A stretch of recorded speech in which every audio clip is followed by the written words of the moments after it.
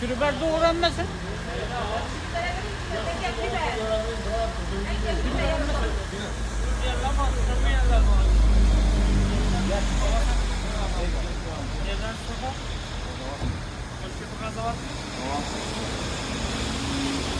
Bakın mı ya?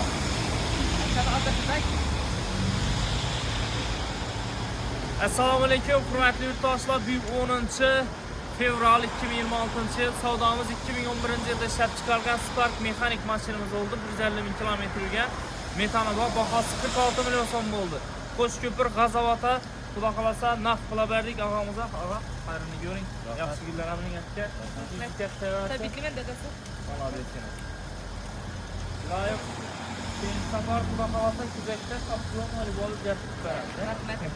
Rahmat sizlarga. Rahmat. Xizmatdamiz kelaverasizlar. Молодец. Oilaviy kelib oldilar mashinamizni. Mana. Savdomizni ochib berdilar. Kelaverasizlar.